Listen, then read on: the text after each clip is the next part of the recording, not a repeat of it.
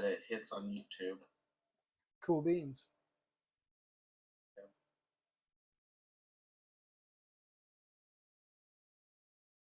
Yep, you're live on YouTube. The chat bot I set up Okay, sent out a push. we should be live on both of these. I'm just gonna have to swap back and forth over here to monitor studio mode. I can't see my chat on YouTube is the problem.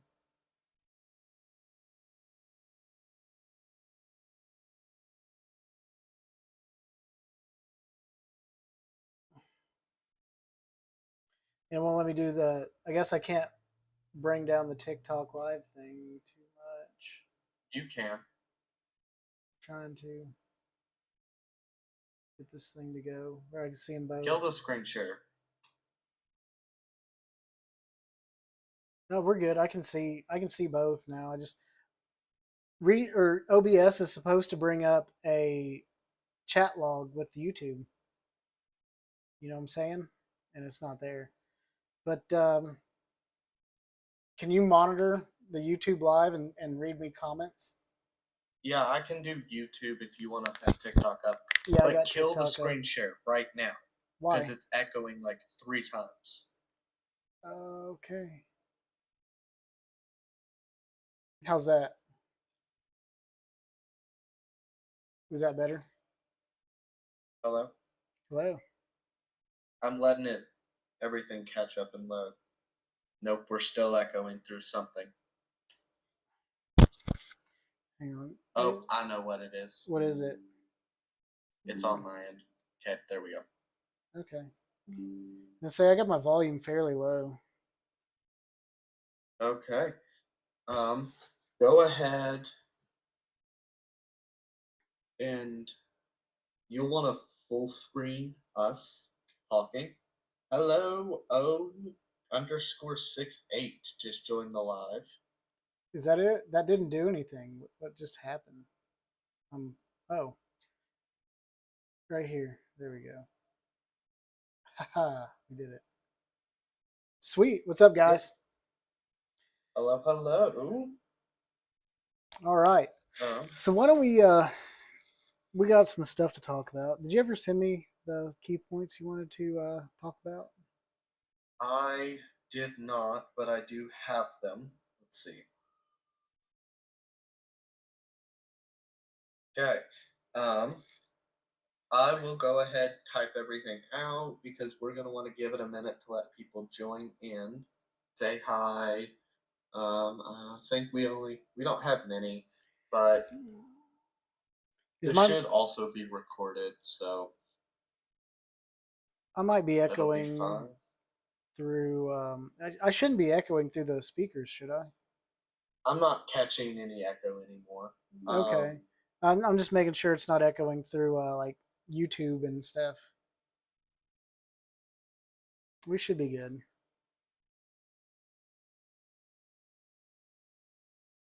I'll turn my volume up for YouTube and see if there's any echoing. I'll turn my volume up. Okay, I think we're all good. I'm not catching any echoing or anything, so okay. I think we're good. Word. If anybody's got any problems, if the audio is kind of messed up, we'll try to fix it. So let's talk about traveling. So let's give us some background. I'm Chris. I'm the host of the podcast Homestead Tech Talk, and I have Aaron with me, and we are all live on YouTube and TikTok. Say hi to everybody. Hey, everybody. So hey. We're going to talk about being self-sufficient while traveling. I think would be a good term for this. Preparedness while traveling. Let's give a little background of our traveling. Go ahead, buddy. What kind of traveling do you do? I am pretty much never at my house that I used to be at. I'm newly adulthooding, so I'm moving between college and job internships, meaning the home that I would actually go to in the event of some sort of emergency, I am always at least about 80 miles from. Currently, I'm over 400 miles. So, packing for a trip that I might have to make on foot for a 400-mile trip is what I'm kind of in the known for at the moment. Yeah, ideally that wouldn't happen because that would suck. You Yeah, know, so but we're also we're going to talk worst about case some. Well, we're going scenarios. to talk about some ways to circumvent maybe not having to hump it if you had to get home quick too. Some stuff I do for my car, um, things I make sure of. You know, make sure everything's good with my car. I carry an extra jerry can of gasoline with me in my car. Um, and that actually extends my range by about 230 miles, believe it or not, because I drive that Rav4 hybrid. So a full tank of gas will get me 500 miles, plus that tank will get me an additional 230. So I could make it to where you're at and back on just the gasoline I have in my vehicle. If you ever ran into trouble, but there's no That's the guarantee big that thing. you'd be able to drive down the roads on certain things. We just don't know what's going to happen, so we got a plan for everything. Yeah, so before we get off on a big old tangent, let's go ahead and break down the three major points we're going to talk about, and then we'll get into their subcategories when we get to them. Right. And the three big categories are just kind of what you need. So, what should you always have on you? What should be nearby? That kind of stuff. The physical items you can go out and purchase that you would need. The next big thing is what you should know between and that stuff like gas stations, um, sources of water, what local game, that kind of like the knowledge you should probably try to get about the area you're going to be in. And then the last thing is um, how you should pack it between if you have multiple bags, one bag, where it should be stored and relative to where you're at, and just how you should pack the stuff you need and anything that gets packed in conjunction with the stuff you know. And then those are the three big points, and then obviously there'll be tangents as per usual, but those are your three biggies we're going to try to hit. Um, if this gets edited into a video, we'll try to make those chapters. So if you want to review one, you can skip to it. It will be edited into a video. Yeah, so we'll put chapters or timestamps on screen nowish of when we hit each one. Yeah. But overall, that's just our goal is to hit the what you need, what you know, and then what you how you pack it. Yep. So let's talk about what we need. So, what does a human need for to live for survival? Yeah, so that hits the three biggies that are kind of known: food, water, and shelter. Um, Not you in that know, particular each order either. Um, yeah, water is vastly more important, but your water, food, and shelter are the three big things that you should always be able to either have or create. Um, yep. So water is huge because and air, believe it or not, clean air. You get into a yeah, spot that where you one. don't have clean air, you got 3 minutes. You run out of water, you got 3 days. You run out of food, you can probably scrounge by for 3 weeks. It's not going to be comfortable. And the three threes is very vague on how that works. I don't know if you've ever been extremely dehydrated or not. But usually after like day one, you're fucking hurting. Day two, Three you're days is basically till death. day one. You're cramping. The moving becomes very limited. Day two, you're functionally useless, just kind of a meat sack that's still alive. Day three, you die. Yeah, So pretty much. realistically, you do have 3 days to death, but realistically, if you're on your own, you've got one day to go from water source to water source. How much water do we need every day? Minimum. Some like half your body weight in ounces. Um, Generally, it's safe to assume you need a minimum of a half gallon a day. Like if you're doing nothing, like if we're just sitting here streaming, We need a half gallon a day of water. Um, you know, this beer does not count as water. Does not hydrate you.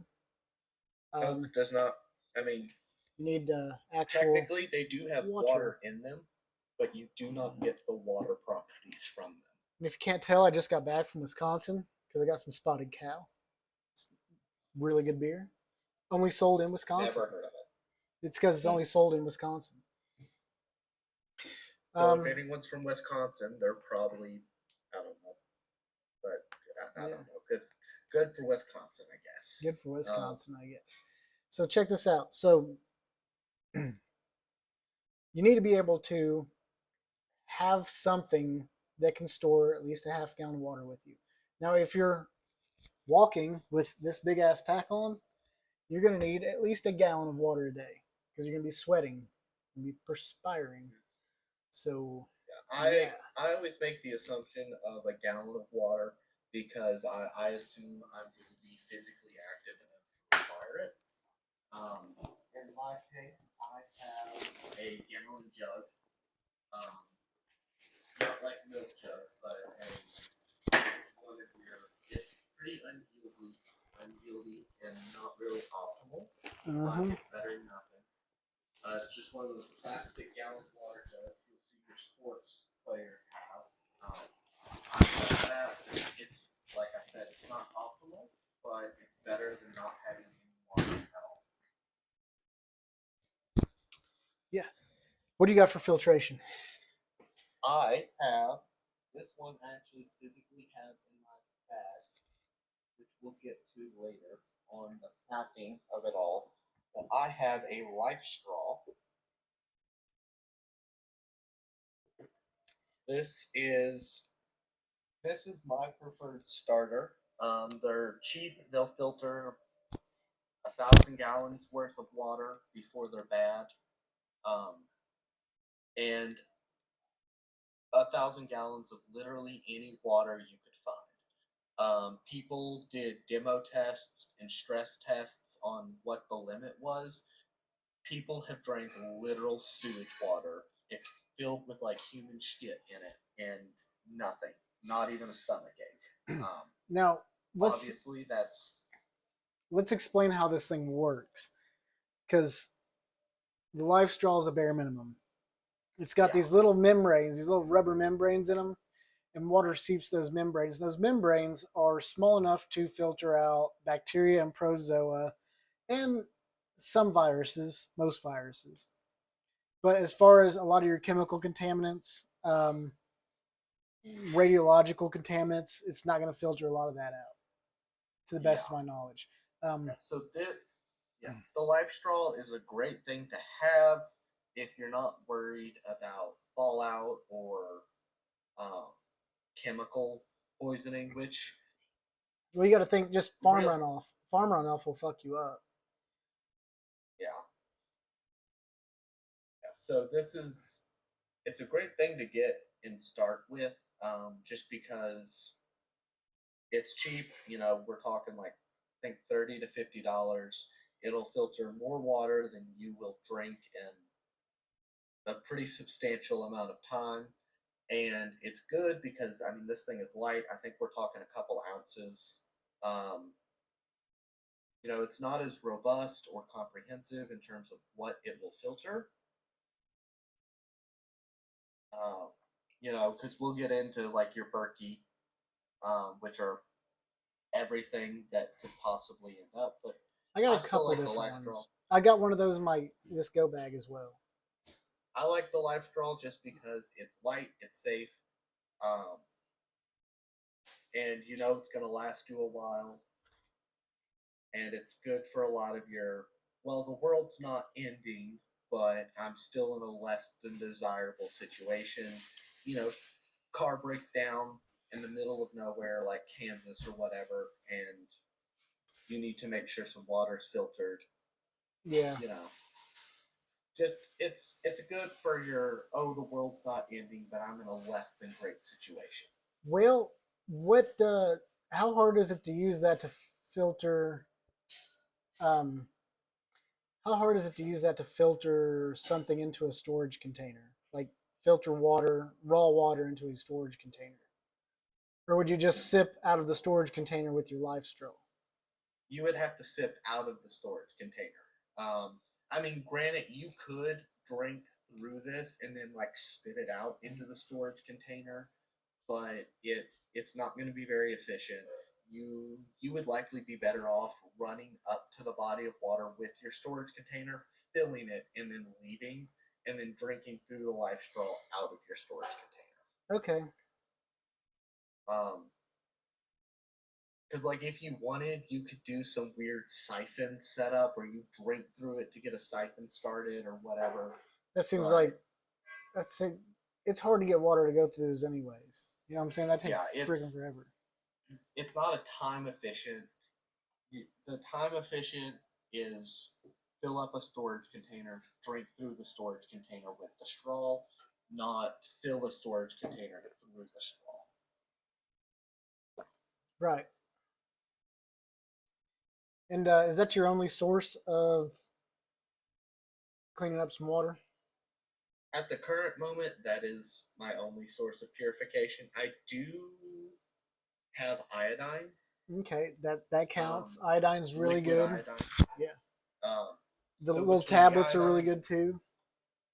Yeah, I wanna. Yeah, as we'll get to in a minute. Berkey filters are the next big thing I want to get. Well, let's talk about really simple. Like, say you don't have any of this shit. You know, we need to start with like the fact that people don't have this stuff. If you're in a bad situation, you're not prepared for it.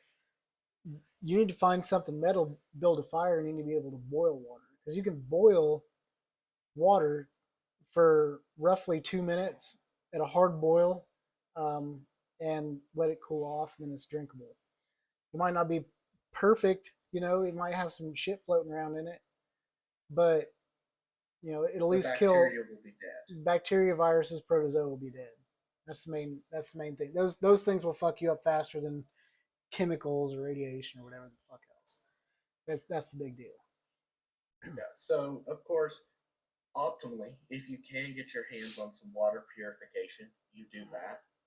But as Chris was saying, charcoal is a big thing. If you can find charcoal at, you know, say you live in a major city, and when shit hits the fan, you can if you can get charcoal or actual coal or really wood, sand, gravel, any of those can be used to make a makeshift filtration device. Mm-hmm. Those won't get chemical or virus contaminants out, but they will get a lot of the physical contaminants out. So you can take something like a Coke can or a water bottle, cut the top off, poke holes in the bottom, and then fill it with sand or charcoal, and then wrap a piece of cloth around it. So just cut some out of your shirt, and then you strain that through into your pot or whatever you're using, and then you boil it. Yeah. Your makeshift filter will clear most of the really nasty physical stuff out, and then your pot kills your chemical. Well, not your chemical, but it kills biological your bacterial stuff, and viral, and anything that's susceptible to death via heat. That is correct. So, let's talk about some of the ones I've got. So this is a Sport Berkey. I'd give it probably a 4 out of 5 star rating. And the reason it doesn't get a full 5 is because it operates off a little check valve here. And when you're flying, and I fly a lot for traveling, what will happen is this will be full, and the difference in cabin pressure will force water out and leak down. So what I do is, instead of having this on me where I get wet during a flight, I clip it onto the back of the seat away from my legs and let the flight attendants worry about the little leak later. So you are the most hated flyer in existence. Actually, no, that's a lie. But this has a carbon filter. This filter, I believe it's impregnated with silver as well. This filter will filter out everything, minus dissolved solids. It'll filter out some fluoride, not very much. but this will filter out most of your chemicals, radiological, and biological threats that could be in water for any reason. Ditch water. I could piss in this thing and it'll filter it out and make it into drinkable water. Well, it looks. Hello to, I believe, someone who joined. We're talking about YouTube or TikTok? Looks like YouTube. Hey, thanks what's for up? joining. I can't see any. I can't see it, but I can see the view count went up. Glad to have you here. We're just talking about. Currently, we're talking about water as worrying about water filtration while you're away from home, where you don't have access to a more robust or comprehensive water filtration system. Just what you can carry, stuff like a Lactol, Berkey filters, and even how to improv one if worst comes to worst. I also bought this off Amazon. It's basically like a Ketadine knockoff, and it'll filter out pretty much anything as well. And let's see if it says what it'll filter out. It's just got what it can do. Problems, descriptions, locations. It doesn't say what it filters out, but it's supposed to filter out everything. I've taken some readings on some of this stuff. It seems like it works, but I keep everything in the original packaging. So this is a pump system. You hook the straws up to it, and then you can pump into this bag, which is this is a ½ liter. It's got a thing where you can pump into a 2-liter pop bottle and stuff like that. Your standard 20-ounce bottles, your 2-liter pop bottles. And also, I have you can't see it here.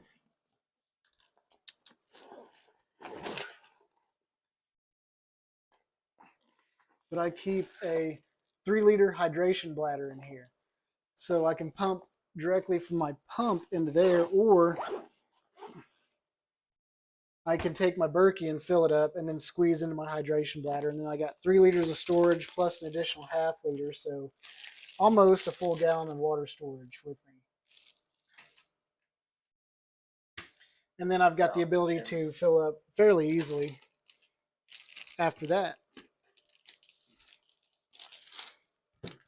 And different sources of water that people might not think about. Everybody thinks of streams and creeks and stuff, but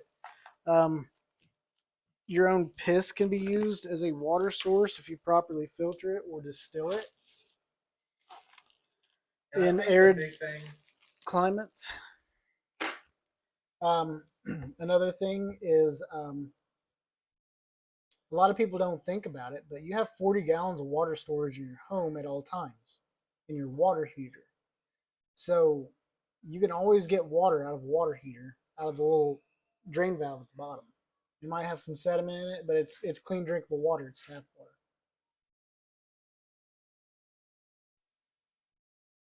What you got?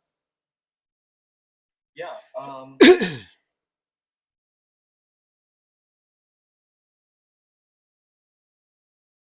Yeah, your water heater is a big one. Your water heater stores it. The one thing I was gonna say is just the whole drinking your own pee. I think you only get that 2 or 3 times through before. Oh, I'm talking about talking about distilling it and filtering it, not just drinking your piss. But yes, you can drink your own piss, but you shouldn't. Yeah, you should avoid it. That should be your last resort. But and that was something I was saying. Even if you go through the effort to like distill it and filter it, I think it's only good for 2 or 3 cycles before there's either not enough of it or it's so filled with different ammonia and other stuff that you can't distill anything drinkable out of it. So that should always be one of your last big resorts. Yeah. Take us and food's pretty obvious.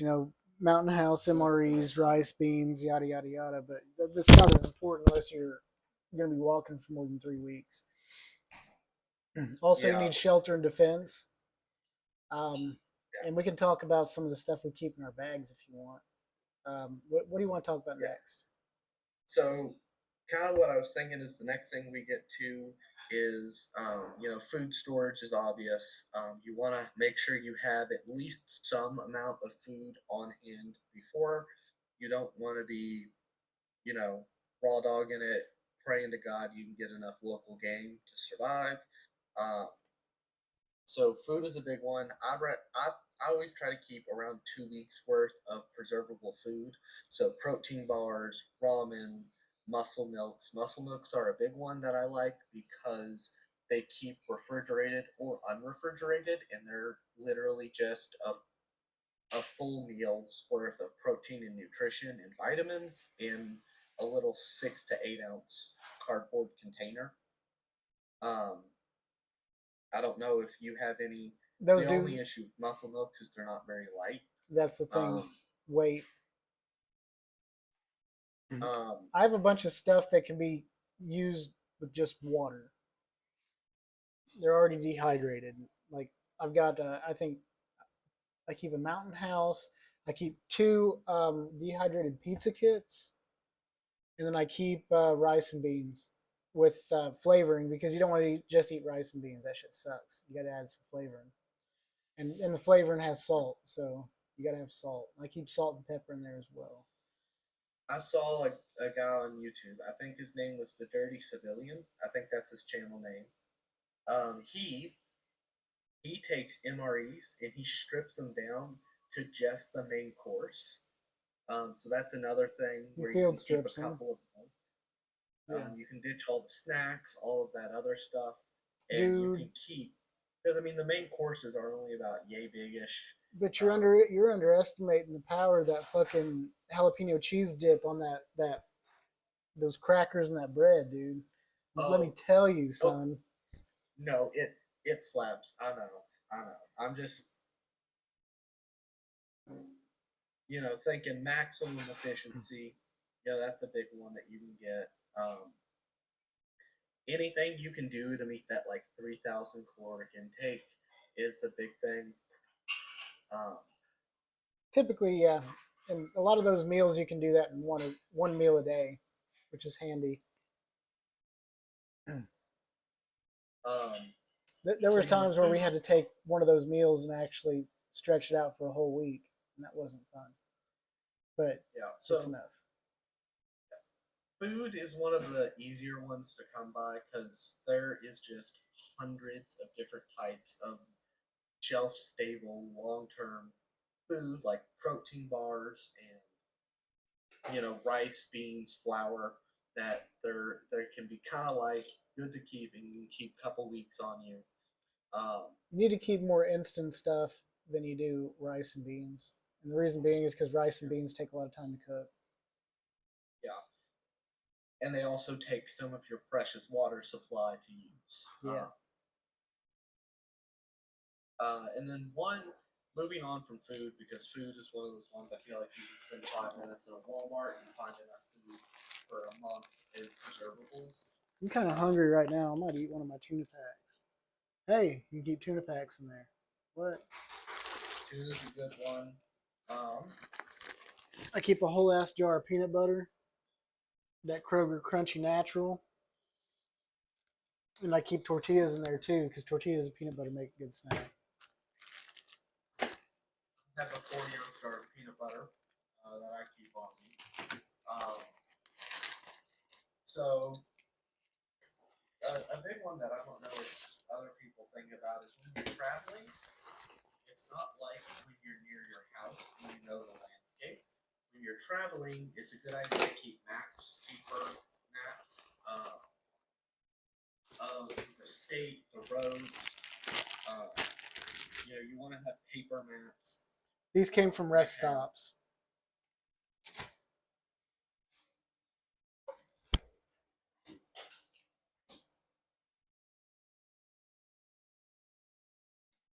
Okay, I didn't know if you had more to say with that. No, I like paper maps. I have a atlas of the entire road and highway system in the United States. So I would always keep maps on you. Road maps, as any map that you can get of the everywhere you would need to travel to. So, for example, I live in the Kentucky area, Kentuckiana area, and I'm currently in Illinois. So I have routes mapped out, and I have the maps for Illinois, Indiana, and Kentucky because I would need to travel through those states to get back home. Um, so that's something that I have because I can't rely on Google Maps to be up and active. I can't rely on any of the technology to guarantee to still be working when it actually comes time. So the big thing to have is, you don't need to have a map of literally every city. Just something like an atlas or those road maps that you can find at rest stops would be a big thing to try to pick up for any state you might have to travel to or through. If you can, it'd be a good idea to get an atlas and then a roadmap of every single state, one of the individual pamphlets. But even just an atlas will probably cut it. Just to have paper maps that you would have to travel through. Um,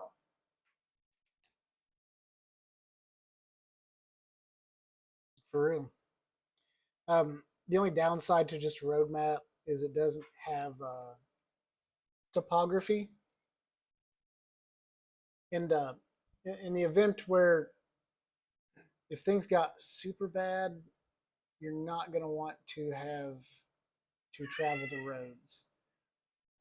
Roads and paths are for people who want to get ambushed. So I would recommend getting topographical maps. Now, I have a watch that is also GPS. It's a Garmin watch, and it can the solar, the instinct instinct. instinct 2 I'm, solar. That's the next one I was gonna get. That's No. actually the watch on my No. list of one of the things I'm getting soon. I can make waypoints on this, and I've made home as a waypoint, and then I can also go to the Garmin Explorer app on the phone. You probably can't see this because it's really bright. Let me see if we can dim it. And it gives me topographical maps. Right now, I got it set for satellite. I'm setting it for topo active right now. And when I zoom in, you can see the topography of the map. And then I can actually screenshot these and then print them out and have paper maps based off my topographical maps off Garmin Explorer, and including satellite images as well. So you can have overlaying maps. And I believe a lot of those maps are free. So if you go on you don't even have to buy a Garmin device or anything. A lot of those maps would be free. Yeah, Um, Garmin Explorer you just do them for free. That's what I'm saying. But I can link my watch to that, and use my phone even if there's no service. I can still use my phone as basically a GPS using my watch to take the least aggressive topographical areas and stuff like that. You can also hook this up to a Garmin GPS and sync your Garmin GPS to your watch. yeah, and as which long as that's a really nice ecosystem you can have going, but not always an option. But when it is, it's definitely best to have those. And you don't even need Garmin. You can just go to Google Maps and have them overlay satellite and topographical images and do that instead. Okay, that works. Because Google Maps will also do it. I don't know how robust their topographical maps really are because I don't use Google Maps for the topographical. But again, it's just something. Anything you can get to have paper maps is a good idea. Yeah, if you're worried about for whatever reason being tracked and you have to ditch your phone, paper maps and a compass all the way, baby. Just and that, and just not always would you be worried about being tracked. Maybe you're just wanting to. Maybe your phone's dead. Maybe your iPad's dead. your technology has a limited battery life, and if you're in my case, and you know, I have I have to make the 400-mile trek back to my house, my phone is not going to make it all that way, and I'm not going to use what limited battery storage I have in terms of battery packs to power my phone. That's going to be conserved for stuff like the radio and uh, just other, well, mainly the radio. Okay, I need to buy one of those That, new radio packs that are charged off USB-C as well. yeah. Which, I mean, that's something else we can throw up there is a radio. A two-way radio would not be a terrible thing to have. Again, they're useless if you don't have a group to communicate with. If you get a ham radio, they're not, because you can communicate with anybody on ham in an emergency situation, and you could actually figure out what's going on around you, possibly. Yeah, they're a radio. A two-way radio is a good thing to have, but it's also, I consider it one of the less critical items, um, because just if you don't have anything specific you're going to be looking for, it's not going to do you a lot of good because, I mean, there's 22 channels that you can operate on literally every day for any reason. Um, and then obviously there's no weather radio, and then there's the United States Emergency Service channels. Um, so, I mean, you can have those, but there's also one-way radios that'd be a lot cheaper that also do just those two. Um, so a two-way radio wouldn't be the worst thing, but I definitely wouldn't prioritize it, especially when there's stuff like food, water, and other items that's a lot more critical to your immediate survival. In my case, I do keep that two-way radio because I have a group that I would connect with. So while I'm making the trek back, I can be searching out for the group I'm looking for, because presumably either they would be looking for me, I'd be searching for them, just meet in the middle. You know, we have these sort of like, hey, here's where I will be heading along my trip, just so we kind of hit those checkpoints. So a two-way radio is a good way to send out a, hey, is the group that I know would be looking for me there yet? Are they nearby? But again, it's one of the more lower priorities. It depends. Now, I was in Chicago in 2023 when it was getting looted, and there was nothing on the news or radio or anything about that. Probably nothing on the national. It wasn't very well. What's the word I'm looking for? It wasn't very well publicized, and if we hadn't been there ourselves, we probably would have never heard of it. Me and a couple work friends, and you get on ham radio and you can actually communicate with people on what's going on around you in those situations versus relying on the government to basically tell you everything's fine when the whole city's burning down around you. So yeah, that is one time where ham radios are good if you're willing to trust the other people out there, um, to have good communication about what's going on. Um, so if it's a low emergency, I guess is what I'd call it, a not maybe not a low emergency, but if it's not a,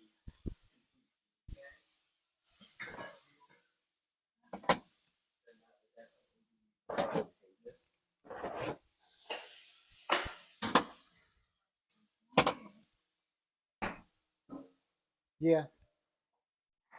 but two-way radios are an option. Not the worst thing in the world to have. Maybe not priority. Get that. Another big thing. They're cheap and effective, and it's worth it to have. They cost what, $50? Might as well wrap it in some Faraday fabric, and you ain't got shit to worry about. I know a big thing that's well, a lot of this is the big things. We're only talking about the big things, but the next thing is it's an acronym I heard called PAG, Passport, Attorney, Gun, and it's like 3 things you should always have. Um, the first 2 probably won't really help you in the scenarios we're talking about, but a passport is a universally recognized form of ID. An attorney is for all of your oh shit needs with the law. But a big thing you should always try to keep on you is a gun.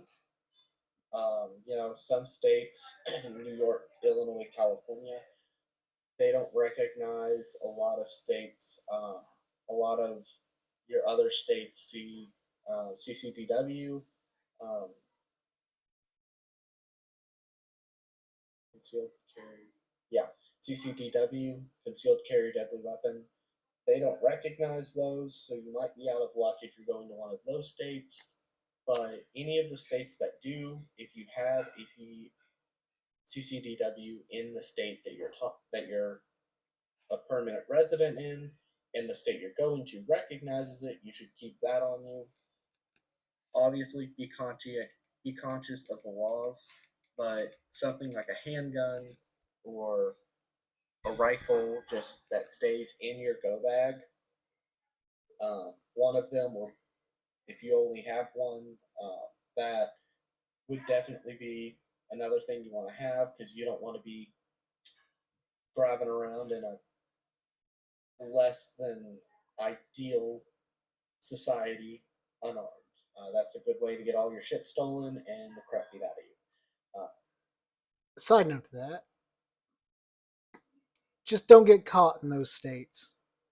Don't, if you know you're going to be traveling, I believe you're allowed to travel from one state to the next through a commie state, right?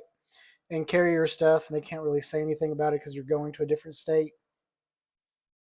That being said, there's certain rules. It has to be like locked up in a box and shit. Yeah. Just drive the speed limit through those states. Don't do anything. Don't give a cop a reason to pull you over. And know your rights, because if they have a checkpoint in the road, that's illegal. So act accordingly. Answer their questions with questions. You don't have to hand them your ID unless you've committed a crime. You can ask. You have the right to ask them what crime you've committed. Stuff like that. Just know your rights in those situations. Yeah, and that's a big one that's maybe not 100% for this, but is something to just kind of be aware of, that they, if at any point you're stopped during one of these emergency scenarios, the law still applies. They can't just say, "Oh, it's an emergency. I can do whatever I want." That's not how our laws work.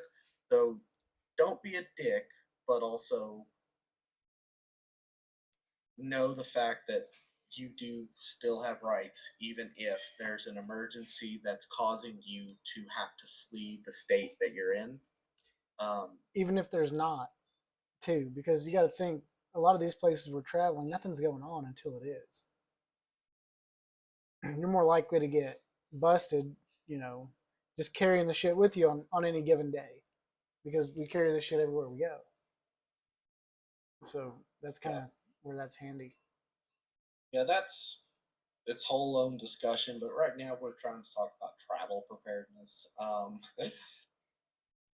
So just any firearm you can keep, because you can use that to hunt, um, defense, general survival. Worst case scenario, it does move to our next point. Ammunition can start fires, and a big thing you should know how to do, and should have on you is fire starting equipment. Because again, like we were talking about with water, food needs to be cooked. water needs to be boiled. You need to cook with water. You need fire. If you're trying, say you're back up in Wisconsin, like this was not too long ago, you get caught out there, even in some of the warmer months, it can be very cold. I was in Wisconsin in October, and we were talking 12 degrees Fahrenheit in October. It was 73 and low 60s last week. So especially if you're traveling to those northern states, or vice versa, if you're a northern resident traveling south, make sure you know how to make fire and make sure you pack necessary clothes for travel. Because it's one thing to be, if you're going there for a business conference, it's one thing to pack your suit and tie, but your suit and tie isn't going to do you much good if you're stuck in 75, 80, 90-degree weather in Florida when you're a resident of Wisconsin, or vice versa. You're a resident of Florida, and now you're finding yourself stuck in Wisconsin. Make sure you have a way to start a fire for heat, for food, even animals. You can use that again as a way to sway off certain predators because they're not going to be overly fond of it. Save you some ammo, and your ammo can even be stripped to try and make fire. You can always crack a casing open and using the gunpowder to help start a fire if you need to. These right here are like $1 at Harbor Freight. It's magnesium. And it comes with this thing, and you just scrape the magnesium off the back, and then you take this same thing and you hit it like that. Can't see it because it's all, but you generate sparks. Another cool thing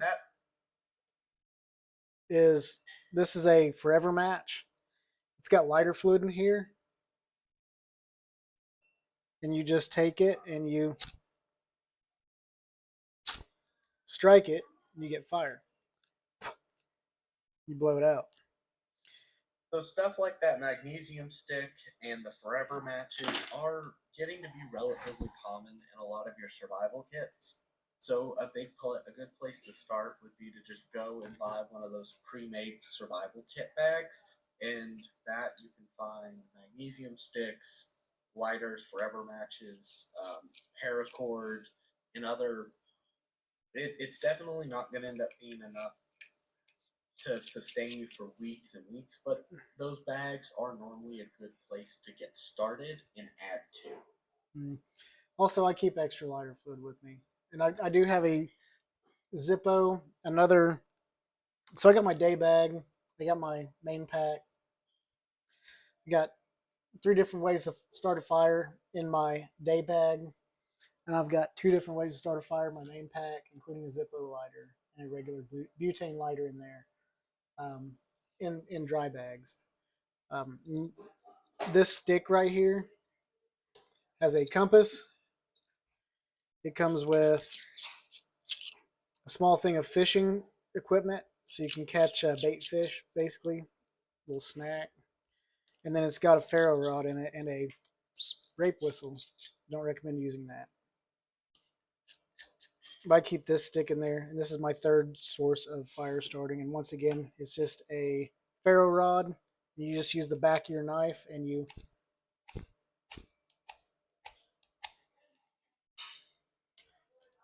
it's a good way to start a fire. Yeah, that any way you can get sparks is a good thing to start with. Flame or sparks. And you need something dry to catch, though, and I found dryer lint is really good for that. And you can mix a little bit of paraffin or Vaseline on that, and it'll catch. Also, I save socks.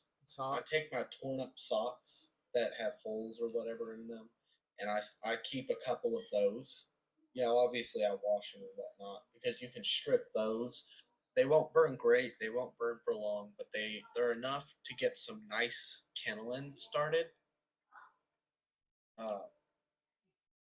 Dryer lint. Dryer lint is easily one of the best I've ever used while camping or whatever. And you can also make paraffin candles. Just take some cardboard, an old tuna tin, and some paraffin wax. Melt down the paraffin wax and pour it in, and then hit that with some sparks or something. Um, Brillo pads, like the iron scouring pads, the steel scouring pads, those are flammable as well. So you can launch some sparks into that stuff, and they burn super duper hot. You create a big enough ember to ignite wet stuff. And that's the main thing. If it's raining out, you're gonna have a hard time starting a fire. You're gonna have to burn some wet stuff. You're gonna need some sort of an accelerant. Also, doesn't hurt to have a Mylar blanket. I've got one in my day pack, two more in my main pack. Extra for a buddy. They're light. Doesn't They're light. They don't take up any space. You can also use them to reflect sunlight for various things. As a signal, you could possibly use this to start a fire. You make a parabolic trough off of it and redirect the light. And that'd also be a good way to heat up or cook food. Line a cardboard box or something with it, and that'd be a good way to start food. A bunch of different uses.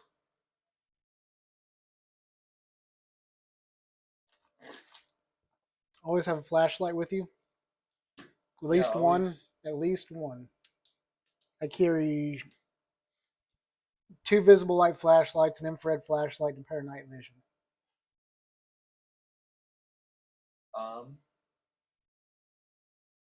Yeah, light sources are a big one.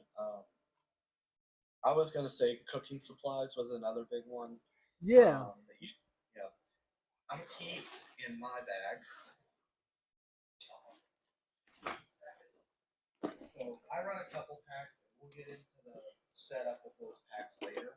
But in this bag, I keep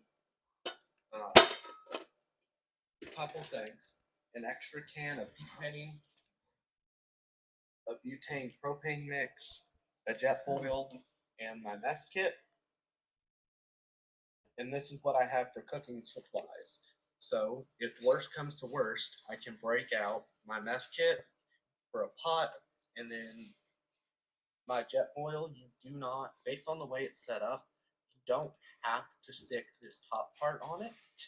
So you have this little burner, and you can take this burner, you can start it, and you can hold a pot over it. It would kind of suck to hold a pot over it that whole time, but whatever you need to do. So I keep 2 things of this isopropanol butane propane mix, and in this mess kit. The Jetboil is nice because it all fits together. Everything goes inside. And then this is, I cooked ramen in this in college all the time. Whipped this out. I had ramen in 5 minutes or less. No microwave needed. Barely used any butane.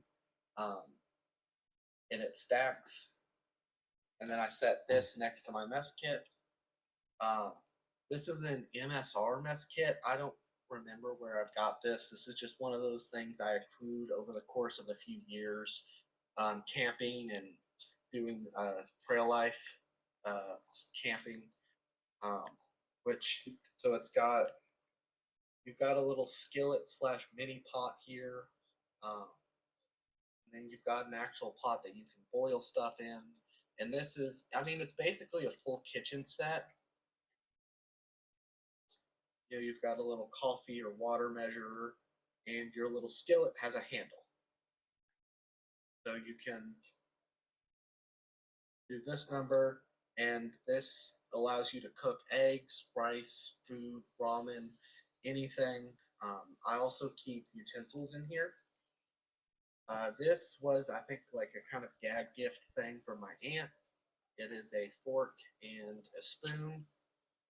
There's also a bottle opener and a blade. The blade is dull as all get out. I never really used it. I have better knives than what's on this, but whatever you need. They are supposed to clip together, but this thing is so old it doesn't do that anymore. So utensils are a big one that you would probably want to have 2 in your mess kit. just because you don't want to be getting your hands all dirty with food, because that can, that comes into if you're traveling through bear country. You want to make sure your cooking supplies is clean and free of food. Because if you're traveling through bear country, bears will smell it. Bears can smell it. They will find you. You won't win against a bear. Bear will eat you. I might. I'd be eating bear that night.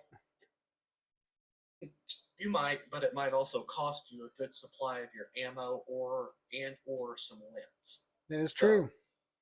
It is best to just avoid any engagements with wildlife. So having stuff like this that's steel so it doesn't retain smell, and utensils so your hands don't get dirty and you don't track that onto your clothes.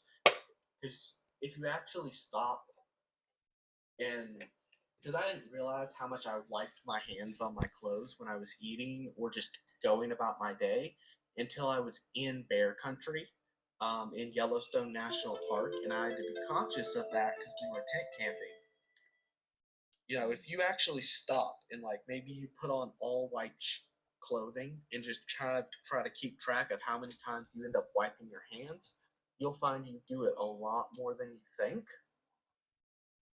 Even if you're someone who's really neat and clean, you will find yourself wiping your hands off on your clothing a lot. Mm-hmm. So that's a big thing to make sure you have is something to keep your hands clean so predators who can most definitely fuck you up don't find you. And this and this it's pretty much a complete cooking set that you need.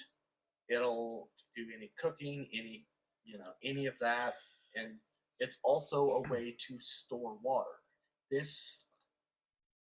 They don't seal, but they do close and secure, meaning you can, in a worst case scenario, store water or clean water in them. Will it leak? It might leak a little bit. It's not perfect. But whatever you can do, you can do. I like your mess kit way more than mine. Honest to God, I don't remember where I got this. It's an MSR mess kit. This one I got is from Academy. And it's got the little bowl. It's got a lid. It's got a cup, a measuring cup. Little pot. And the lid will fit on the pot, like so. Frying pan with a lid. And then here's what I was talking about. I keep this in my mess kit, both for cleaning and fire starting, because it will burn. I also forgot to mention, I do have this little light. This is a light source, another gag gift thing from my aunt. It just slides up, and then it's a bright as fuck little LED light. Hell yeah. It takes some AAA batteries in the bottom, triple, double, get 3 AA batteries in the bottom. And again, this is one of those things I've had for probably 5 or 6 years, never changed the batteries. It just kind of sits in my go bag and it's there. Make sure you, and that's another thing, make sure you got batteries for all your lights. Like I use a lot of AAAs at work, so I have a lot of AAAs in my pack out that work with all my light sources that contain AAAs, as well as being able to recharge stuff. And also, for utensil, this is a plastic K-bar. It's K-bar, same thing as a knife company, a spork. And then you can pull it apart. You got a little knife. And metal detectors don't ding that. Just letting you know.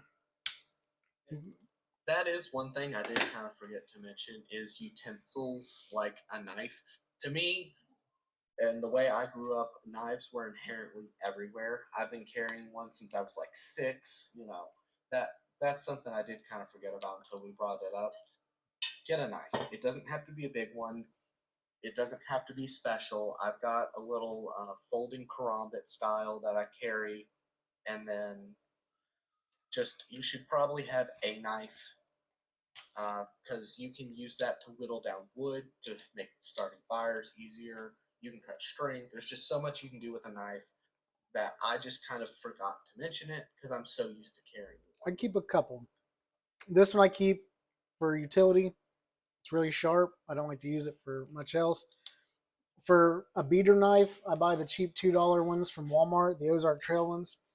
Me and your dad cut a tree down with one of those knives, a little sapling about yay big to haul a deer out of the woods with.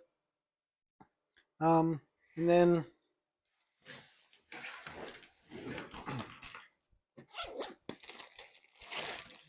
first aid kit. Always keep a first aid kit and rain gear and all that. I keep a hatchet in my bag as well. The one that never leaves my side. I have this little Gerber hatchet again. It's been that for a while. This is another good thing because you use it to make improv shelters. We are just kind of starting to tear our bags apart and go through what's in them. So I carry that Ozark Trail knife for beating. This is my utility. This is a fighting knife and only a fighting knife. I also use it for skinning. The only thing this touches is meat. That's it. Use it for skinning, hunting.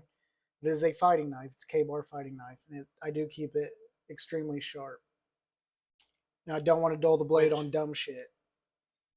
You should always have more than just one, but at the bare minimum, go to Walmart, get a beater knife. And then, like us, we have different knives that we only use for different things. I have a deer skinning knife that's only ever skinned animals. Just get you at least one. Another thing, this one is probably a little. It's more than a little overkill. I have this little MRS M80 Rescuer. Yeah. What is that? It is an expired one that I got from work. It is a 10-minute emergency supply of oxygen. That it's good for underwater, above water. Oh shit. They're expensive as fuck, and I only have it because it was expired, so work gave it to me. I work at a coal mine. I work in the mining industry. We're required to have them, and they expire every 5 years. So whenever they expire, the company holds on to a couple hundred of them for training, and then they'll, if you want them, they normally give them out. That's pretty sweet. Yeah, and by expired, I mean they're not allowed to let us take it underground anymore, but it's still fully functional. Yeah. So that's a good thing for if you get trapped in a flooding building, you can pop that and it should get you out. But again, it's only 10 minutes, and then you're kind of fucked. We had similar things when we flew. Not a bad thing to have. I mean, especially if you're in a boat or something. Underground, obviously. But 10 minutes can get you into clean air pretty quick. That's a big thing I'm trying to get more of because, they had dozens of expired ones. So I'm hoping to get enough, 2 for everyone in my family and like you and stuff. That'd be pretty sweet. I'd appreciate it.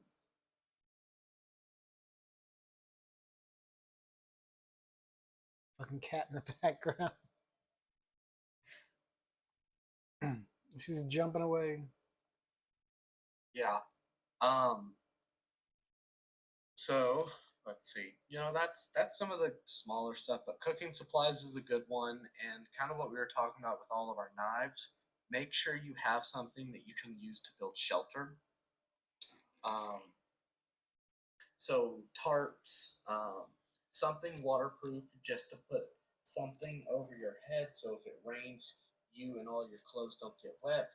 Because a lot of this stuff is not waterproof, at least in my case.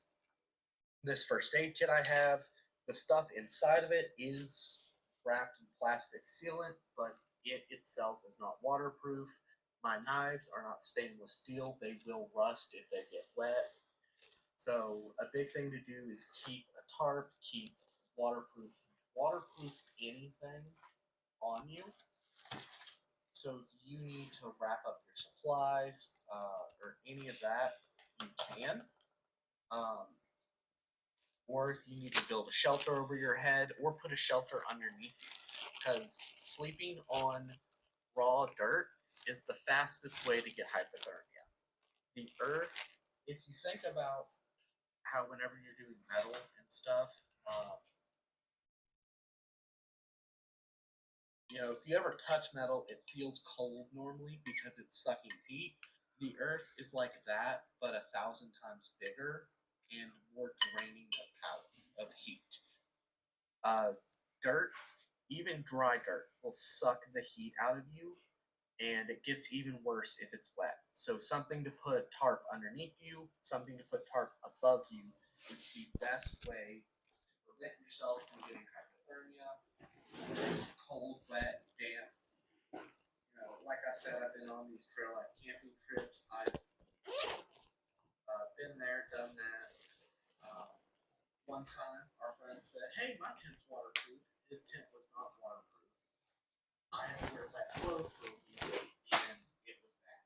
My clothes, they come out, but it rained again, so my clothes got mildew in them. It smelled awful, it was damp. I was just miserable for that week. Because it got wet, and then I saw Chris was pulling out some stuff, waterproof bag. Speaking of waterproofing, these are bivy sacks. They're not cheap, but they're not super expensive. You unroll them like this. This contains a sleeping system. Now, a lot of this stuff, if you're looking for cheap and effective stuff, military surplus is the way to go, right? So this sack is completely waterproof. What you do is you just clamp it, you roll it down, you clamp it, and then you push the air out of it. And it's kind of hard to get out, but the Marine Corps issues sleeping systems that contains both. Kind of pull it out. You can probably see it right there.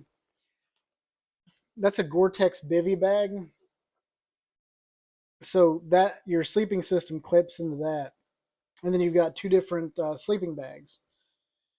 You got a cooler weather than a cold weather, and they all three clip together to make something that's like negative 34 degrees Fahrenheit rated. And they're pretty comfy. And your bivy sack is waterproof, so you can drop it directly on the ground. Another thing you can keep is this. This is a tarp. Just keep a tarp. Something above you, something below you. You get a tarp. You keep a tarp in a bivy sack sleeping system, and you're pretty well set on that. As long as you keep them in a dry bag. That's the biggest thing. And as you can see, I keep almost everything I have in dry bags for that reason. Another reason for that is because there's air trapped in those, right? So if you get into a river or a lake, it'll help float so your bag doesn't sink. And drag you with it.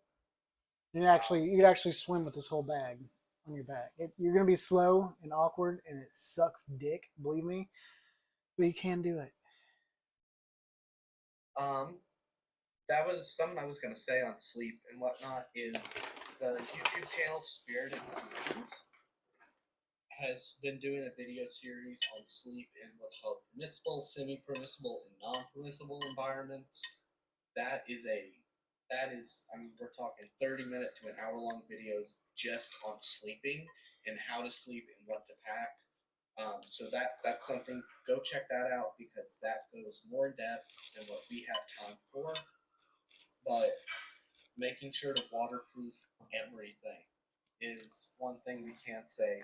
Figure out how to do it by any means necessary, because if your fit gets wet, you'll be miserable and you'll honestly be lucky, to get it at that point. Because even just water weight, you think about putting on water weight or whatever, but at the same time, the weight from water, like in your clothes, is insane. Because water weighs like 8 pounds per gallon. So if 8.7, I think. Yeah, so I mean that we're talking like not only the clean water that you're carrying is an additional 8-9 pounds. Your clothes might absorb a gallon or a gallon and a half worth of water between your shoes, your uh, between your shoes, socks, pants, underwear, your shirt. Those can add on another 8-9 pounds. Um, so make sure anything you can get waterproof it. And then if you have to cross through a river, strip down butt ass naked, so your clothes don't get wet. So when you come out of the other side of that river, your your clothes aren't wet and you can put dry things on. If you don't have a lot of money, dude, Ziploc bags and stuff are where it's at. And there's some things that you don't need to put in dry sacks. Like this is just loose ammo. Just put it in a fucking Ziploc bag. The reason being is because it's still gonna work if it gets a little bit wet. It's not gonna be a big deal. And same then thing once you use those Ziploc bags, if you use all the stuff that's in them, more water storage. That too. As long as it doesn't have a hole in it, it holds water. You can store water. It'd be great. Another big thing. Well, the next big thing on our list, and I think the last under the stuff you should get your hands on, is going to be basic tools: screwdriver, hammer, hatchet, your knife, just some basic supplies to have on you. You can use your hammer to run your stakes, and anything you need to run stakes in. Your just that kind of a screwdriver, a flathead makes a good pry bar if you need one. So long as it's durable. A hatchet to help knock down some small trees and saplings. Just some basic tools. The kind of stuff that you have at your house just accumulate slowly over time when you need it. So you don't think to get another one, but you should probably keep it in your car, in your bag, just somewhere. That way, if you need it while you're traveling, it's there. Because you're not guaranteed to be able to go and buy one.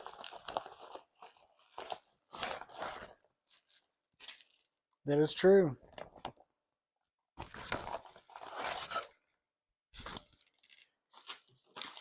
Hygiene stuff, toothbrush, toothpaste, soaps is a must. Good way to get those is if you're staying at hotels, they provide them for free. Just throw them in a dry bag. Usually get a shampoo, a lotion, a conditioner, and a bar of soap or two. I use my own stuff, so those go in my dry bag for an emergency. Spare toothbrush, spare toothpaste, all that fun stuff. Let me see. I keep a dry bag with I vacuum sealed extra clothes. Vacuum sealers are worth its weight in gold. I've got extra socks and underwear vacuum sealed individually because I figured I could wear my outside clothes for a while. Main thing is you need to change your socks, change your underwear. We start getting the funk, And that's another thing that'll give you away faster than any noise you make. Is from any war, if you go and you read about it, they can tell you that you can smell the people who don't smell like you. And I'm sure you notice that one person that you only see once a week sits down next to you, and you can just smell them.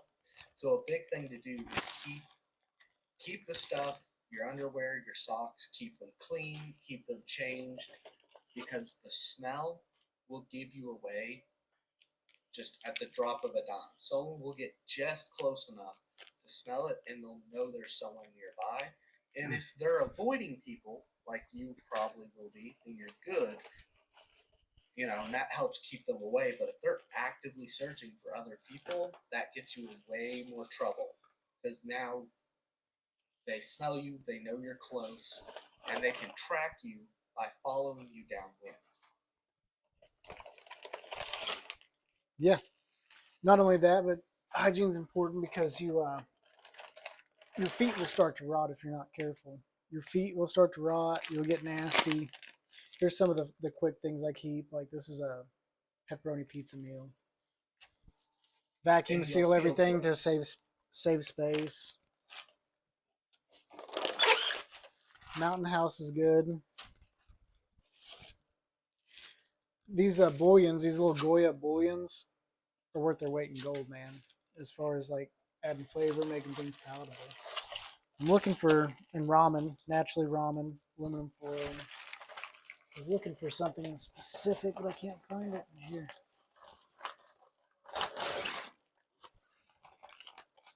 The oatmeal packs from lobbies in the hotel rooms or in the mess area. Like a lot of this stuff can be had for free. Oh yeah, here's the hygiene stuff. I keep it in a dry bag.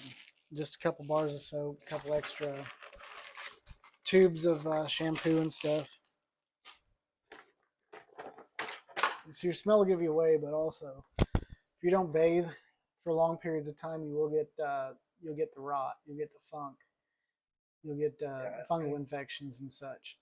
Stuff you don't want to fucking deal with. That gets into you'll feel gross, because that's one thing that I don't think. Maybe people do think about it. Maybe people don't. Maybe I was the first person. Maybe I was the last person in the world to figure this out. If you feel gross, you're less productive. You'll walk slower, you'll move slower, you'll be more just groggy. Just keeping yourself clean and feeling physically good does so much for your just overall productivity and attitude. So, just keep yourself not looking and smelling like a nightmare. Yeah. Drink packs. Nobody ever misses a cup of coffee until they haven't had one in a long time. These are the little hotel packs of coffee. I do also keep a whole vacuum sealed brick of coffee with me, just as a pick me up to keep you going. If you're feeling down, you got Propels in emergency, a lot of vitamin C to pick you back up, stuff like that you don't think about, but it's really handy to have. Well, I think we're an hour and a half into this, and we're just now getting to the stuff you should know. Um, You need to have first aid kits. One in you have a basic first aid kit, and then I keep my shit in these bags. And this has a tourniquet. This is a blowout kit. This has like aspirin and shit in it. You got your little thing. It's a good this kit. Is an IFAC. Does it got Quick Clot in it? Yes. Good. Quick Clot's worth its weight in gold as well. I got this again. This is one of those things I got from the Warrior Poet Society. It's one of his own personal design kits. It's got Quick Clot. It's got tourniquets. It's got chest patches, nasal tube. It's got all your fun little oh no, insert random life threatening emergency. Uh, I love it. I keep it. It goes on your belt. You can link it to your everyday carry belt if you want. You can link it to a more robust, like emergency gun running belt. You can do both via like these mallet clips or whatever. Uh, just some form of first aid kit um, for injuries, because again, you might not be getting shot, and that might not be why you need a tourniquet. You might get into a fight with predators. Wolves. They're not exactly something to screw around with. One takes a good chunk out of your arm, you might have to be slapping a tourniquet on that. Even just falling and So breaking your leg on a rock or something. I mean, you get a compound fracture, you got problems. You need to slap some shit on there. Now, tourniquet's not always the best option. Sometimes it's the only option. You leave a tourniquet on too long, you will lose the limb. There's no way I think around you've it. got about 8 hours. It's 8 hours to get professional medical attention. You need to use a tourniquet. Try not to put yourself in a situation where you have to use a tourniquet, I guess is what I probably should say. Yeah. But of Make course, sure, if you need it, you need it. and the most important thing is if you do have to slap a tourniquet on you is to mark the time.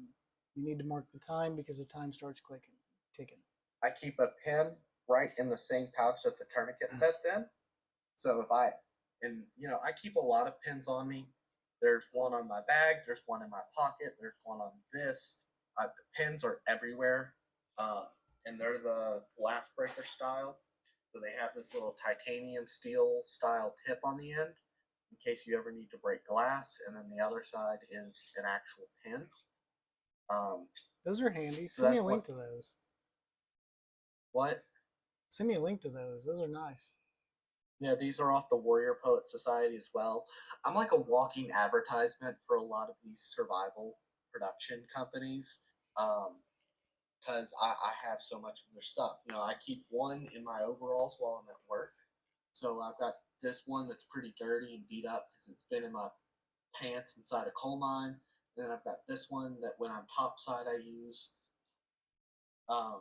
Then any of this stuff, if we can find it on the internet, we'll have to drop links for it just so you all can find it. But yeah, their writing utensils is a big one. I don't really know what you want to do in terms of moving on to the stuff you should be aware of.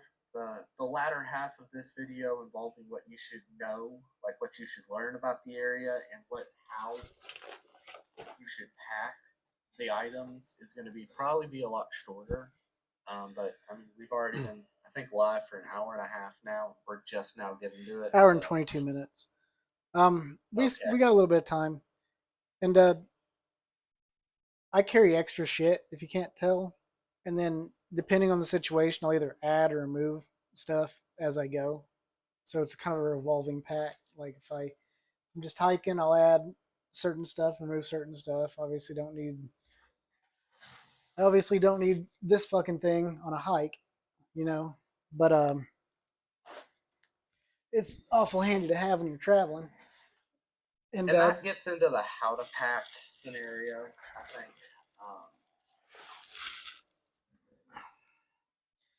As far as things to watch out for, there's always going to be things going on in certain geographical locations. There's always going to be things going on in Chicago, San Francisco, stuff like that. You got to watch these flashpoint cities. If you can avoid the flashpoint cities, you're doing really good. But the majority of shit that happens, I don't know if you've been paying attention the last 4 years, but it always happens in these crazy ass cities. Even Louisville. Look what was happening in Louisville from 2020 to now. And that was some crazy shit, Especially if you're working on the West End. It looked like fucking the place burned down. Like the fucking dollar store was burned down. ATMs were ripped out of their places and like drug along the road and shit. Looked fucking crazy. People were always getting shot at. A good rule of thumb is stay as far away as you can from the center of downtown in any city. Because if anything's going to go down inside a major city, it's going to be in that downtown area where the most people gather and centralize. Also in the bad neighborhoods. Learn where the bad neighborhoods are in these cities, like the south side of Chicago. Apparently, little did I know, the west side of Cleveland. Me and Diana learned that the other day the hard way. Had a nice Airbnb, look great on the Airbnb website, and we get there and it's a shithole. Fucking sounded like somebody was getting plugged a couple nights. Fucking there's machine gun fire and shit going on outside. So yeah, a big thing to know anywhere you're traveling is where are the problem areas of that city. Where are you most likely to run into trouble?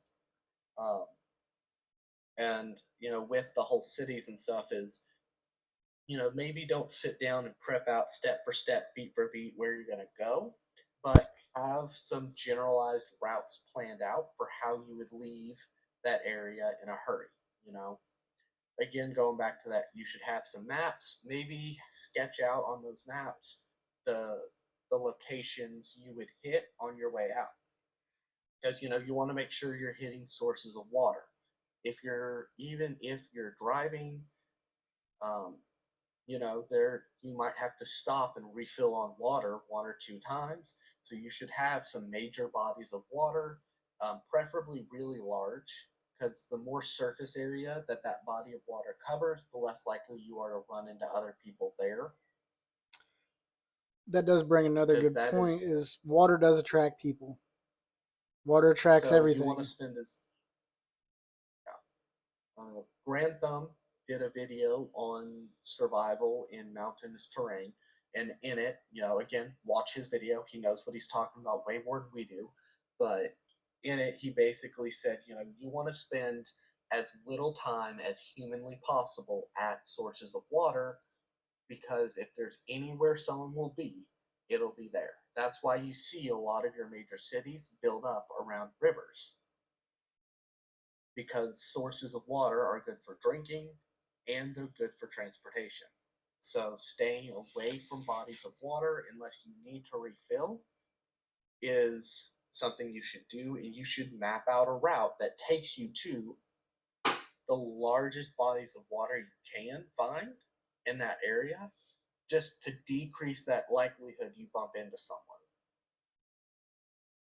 A small pond that covers maybe a square mile of area, probably not a good place to stop unless you need it, because that's 1 square mile that people could be at. Yeah, you might get some dispersion that way. It's hard telling. Um, Maybe also uh, little streams and creeks might not be a bad thing either. Salt Creek, where I grew up, was very rural. Just depends. It really just depends on the area you're in. Act that gets accordingly. down to that. Don't be stupid. If you're near a major city, don't go to the river that major city is built around. For example, I'm pretty close to St. Louis as it stands. Probably shouldn't go to the Mississippi River. Just throwing that out there. It's probably a bad idea. Yeah. Um, so just be conscious. If you're in the middle of bumfucking nowhere and there's a stream, you'll probably be fine. Uh, You gotta think though, a lot of people aren't gonna be after you, in those situations. There's gonna for at least the first couple days. So stock up on shit the first couple days. But after that, people might not be so friendly. Get your shit and get out. yeah, and this obviously it's not guaranteed anyone will be hostile to you in these scenarios, but you have to think, how willing are you to risk bumping into other people? Because if you there's a chance they might be friendly, but at the same time, if it's hit the fan and it's been a week and you're still trying to travel, you definitely don't want to be running into people, especially near major cities, because those major cities will run out of supplies for their population in about 3 days. Yeah. Um, so, especially if you're still traveling by day 2, day 3, day 4, it's better to consider people hostile than friendly. I mean, it's always better in these sort of disaster-ish scenarios to consider people hostile, because worst case scenario, you don't have any human contact until you get to wherever you're going. Worst case scenario, they end up being absolute lunatics, and you end up in a fight for your life. Yeah. if you got anything that you can dress, if you can dress similarly to the people where you're at, maybe dress like you don't have a lot, make yourself look poor. Dress Might down, help. And again, that's part of the whole gray man attitude. Never stand out. If you're going in to the middle of downtown Chicago, maybe don't open carry. I think open carry is probably illegal in Illinois anyway, knowing their wacky Chicago's got laws. their own gun laws separate of the rest of Illinois as well. So Illinois gun laws So suck, and Chicago's definitely suck. You can't have a firearm yes, period there. yeah. So that's just one of those things where always dress to your surroundings as best as you can. It's maybe not feasible if you're someone who lives on the East Coast and you're having to head out west to the West Coast area. It's probably not feasible to pack the clothing types of literally every mini culture from East to West Coast, but just have some clothes that at least make you look less hi, look at me, I'm Mr. Prepared, which that gets into the really fine line between, packing, you know, well enough to survive in your scenarios, but also packing to blend in, which they both go hand to hand and contradict each other. I feel like, uh, but Dirty jeans and a that's t-shirt can go a long ways. Pretty much fit in anywhere with dirty jeans and t-shirt. Put a couple holes in them or something. Tactical pants. Probably wouldn't wear tactical pants every day. Unless I was out in the you could country. maybe get away with cargo. Khaki Yeah. cargo pants would be a big one because you can make them a little tattered, a little beat up, and you can still store a lot of your stuff in them. Mm-hmm. And Another one of those things you should know is game, local game that you can hunt along the way. Because even if you've got that, long lasting food, deer makes a quick, you can get a deer or a rabbit or something that saves just a little bit of that food and it tastes better. It's one of those morale boosters, some fresh meat, hot, not rice or a protein bar. So yeah, know what's going to be along these routes that you'll be taking, and also worry about stuff like if there might be a rabies epidemic in wildlife.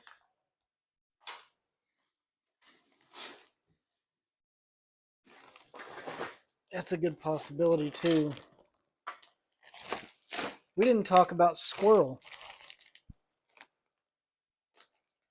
So squirrel's a good one. Too. I love squirrel. Squirrel tastes awesome. Um, but it is one of those things you do have to, with wild game, you do have to worry about parasites and rabies, and especially with like your chicken and your fish, you have to worry about salmonella.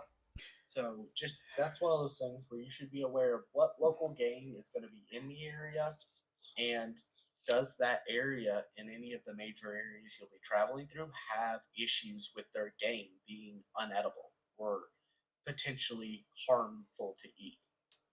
Nothing is harmful to eat as long as you cook it long enough. So you get above that 160-degree mark, you know, for a good minute, even shigellosis and shit dies. Um, and it shouldn't be as big of an issue that way. Obviously, you know, you're gonna be able to tell if an animal's sick or not. There's the whole chronic waste thing. If they're fucking drooling, they don't look right, if they don't act like a normal animal, maybe stay away from them. This has been worth its weight in gold. This is a 22 conversion kit for an AR-15, and that'll allow you to take small game. If you carry some subsonics too with a suppressor, it's a lot quieter, so nobody hears you around. You don't have to waste all your big ammo on it. And that's just drop in. You just pull the bolt carrier out, you drop this in, and then you've got something that's converted to 22 LR. So long as it's standard of 5.56. Yeah. As long as your AR is 5.56. I wouldn't recommend carrying anything on the road in any of the oddball calibers. I would just carry a 5.56 for effectiveness. I'd save the 300 blackout and stuff for the house. It's really effective around the house round, but it, as far as scavenging, you're not going to be able to scavenge that. It's not very common. And 5.56 is a little bit more effective.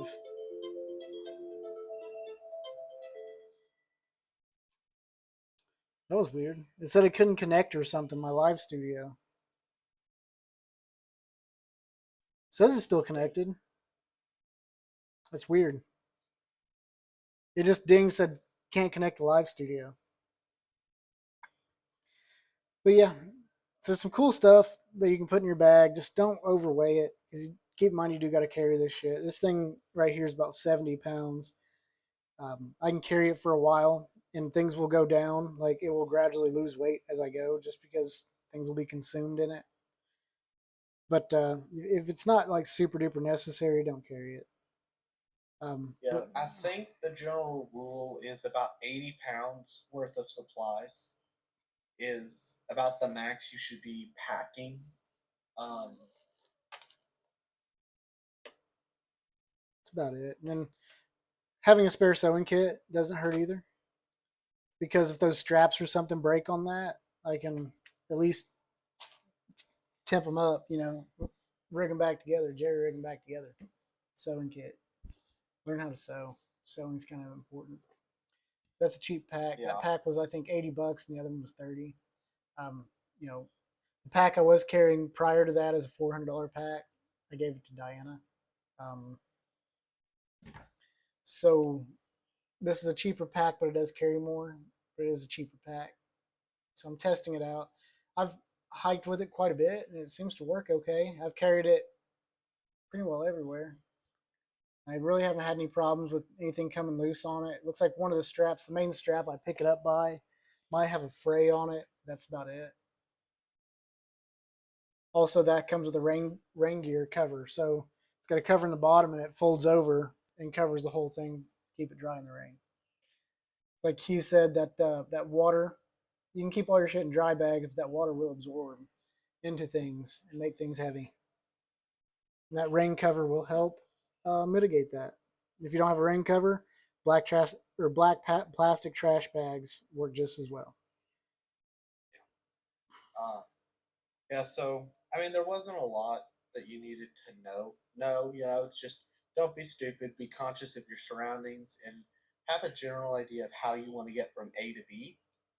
So I think that the half does take us into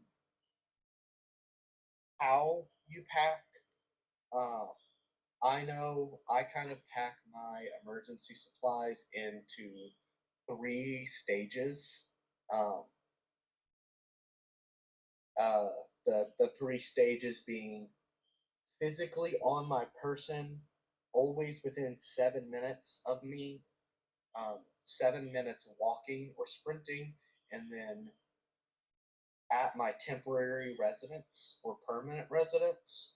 I have those 3 stages, and that's the bag I use. And then, so, I have the stuff that's in my pockets, the stuff that's in the bag, a bag that's never more than 7 minutes running or walking, and then the bag that like stays, in my case, in the hotel I'm at. I don't really know how you have it set up, Chris, but those are the 3 stages, and we can kind of get into what I put where, but I just wanted to see what you have. I do have a. So this bag, I showed you my main pack. That's this big nasty thing. That thing will stay behind a locked door, probably in a hotel. It depends on what I'm doing. So when I'm working, this bag goes with me everywhere. This bag has temporary rations. It has my water filtration, at least one water filtration. I have an e-tool in it. and I have 2 flashlights and 3 spare magazines for my pistol because I always have my pistol on me wherever I go. And that's enough to get me back to the hotel or wherever. If my hotel is farther than 10 miles away, I'll keep it in my car with me on the job site. That's enough to get me to my main pack. And then my day pack clips to my main pack. So if I had to do it that way, I could clip both together and then hump off. Now I keep my water bladder on here, water filtration on here, and easily ate food like my peanut butter. Uh, I got some tortillas and some tuna and my spork, things that you could just eat out of the bag. And then in the dry bags here, where I would camp at, is where all my other stuff is, where I would set up camp. I need to look into a good stove like yours because I'm just relying on a fire right now, and fire smells.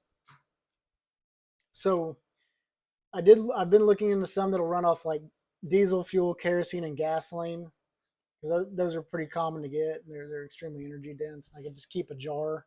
I keep an Nalgene bottle full of gasoline or diesel fuel preferably because it's less flammable, and just run everything off diesel fuel would be my go-to for that. But that's in the future.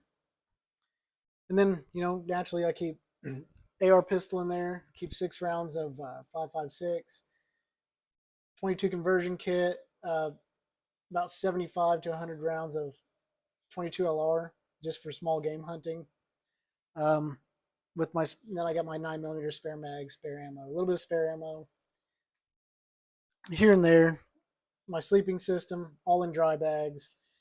Fire starting kit. I keep a Winchester multi-tool, an Ozark Trail multi-tool in the various bags. One easy to get to, one that's buried a little bit deeper. The one that's buried a little bit deeper has more intricate tools in it. And that's really about it. And then I've been keeping these with me. There's a pH meter and a total dissolved solids meter. And that's just because I wanted to, I'm working out a video for testing some of my water purification with like creek water and ditch water and stuff. So I'm going to use those to test before and after on the water quality. But that's not something I typically keep in. And a lot of people might not think of this, but having an e-tool is pretty handy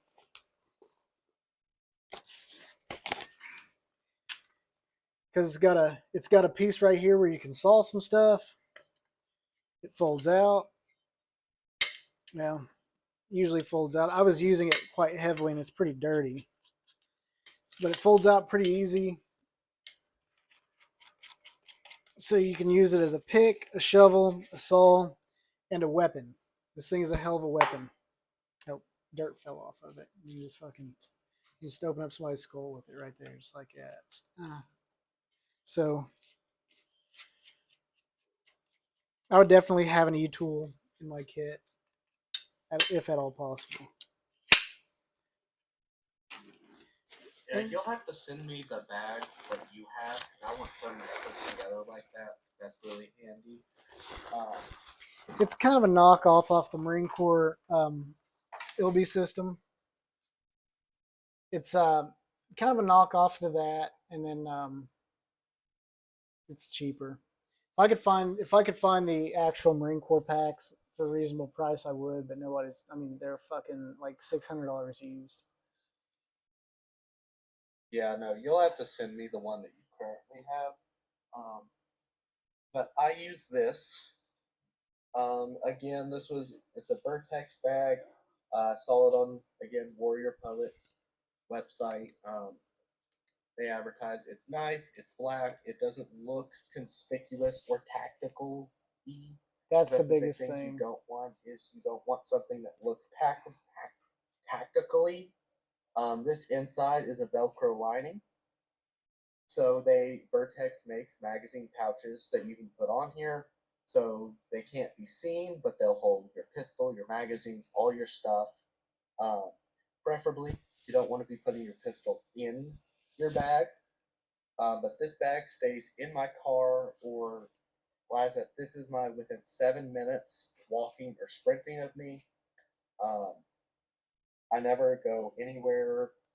If I leave the hotel, this bag goes in the car with me. If I go into a restaurant to eat, there's a sit down diner not far away. This bag goes in there with me. Um, I set it on the floor, set it next to me, just wherever it's out of the way, not really noticeable, but still right there if I need it. I keep stuff. In this case, I have a little holder. This keeps my map, my atlas, maps, all of that stuff. This is where I put all of that. Is that waterproof? It's not sealed, um, but the plastic itself is waterproof, and the bag is water repellent. Okay. So the outside will get a little damp, but you'd have to basically dunk this in water for the inside to fill with water. Um, so this exterior will get damp, but it'll run off a lot of water before it absorbs any, and any gets inside. I keep this notebook. This notebook is not waterproof or plastic, like sealed by any means. And this is where I write down specific information about routes I would take, um, water sources, their coordinates, that information. Um, very little of it is written in English. I'm a nerd who learned a language from a fictional universe, and I write in that. So a lot of my notes are Star untranslatable Wars. and are unreadable. Well, now you just done blew my secret. Now Is it anyone can Star figure out Wars? how to Well, read I it. don't know. It's probably not Star Wars. Probably Dune. It's Dune. It's it's just I use it so people can't really read it, but it's got information about food, different things I've ate. It's got information for ammo calibers. This, and it's not written in English because I don't want anyone else to be able to read what I've got down and what I'm doing. Um, because the big thing in this is where I write down local information about game, wildlife, water sources, their location, the routes I would take, what roads I would walk near, and where I would divert from roads. It's got the locations of mountains, uh, anything that I see that I think I might be able to use or would want to go to. I stop, I write this down in it. So, again, if you are bilingual or just a nerd and know another language from a fictional universe, you don't have to, but maybe take your notes in that just so it's a little bit harder to figure out if you have, because if I have to ditch this bag, I have to ditch this bag, and it's better for anyone who might be following me to not know where I'm going. Just because there's no guarantee I'd be actively hunted, but at the same time, there's no guarantee they won't. If they know I've got supplies on me, they might come looking for me to try to get supplies. If it's a really bad thing. In here, I also keep my two-way radio. I keep an extendable antenna, and I have the wires and stuff hardwired through my bag. So I've got everything right here. So I have an earpiece and a shorter antenna that this one screws onto. So if I need to, I can pull this out, screw it on, and then this will get me like 25 plus miles, depending on what the terrain looks like. So this is routed into my bag. So if I need to, I can grab it, turn it on, and go. The battery, this is just, it's a standard two-way Baofeng radio with an earpiece and an antenna displacer or extender. I don't know what they're called. I call them antenna displacers because they displace your antenna. Um, so that stays in this bag. And then I've got, like I was saying, one of these cheap little survival kits. This has rope, uh, bandages. I added stuff to it like Skittles. So there's Skittles in here. There's Fucking Skittles. Yeah, that was another thing I picked up from watching those YouTubers. Keep a high sugar, just kind of like a pick me up morale booster style food. Um, and in this there's Skittles, compass, fire starting materials, um, a Garmin GPS, There just you go. little things that they don't make up the whole kit, but they're nice to have. Uh, and then that's stuff I keep in my main pouch there. Uh,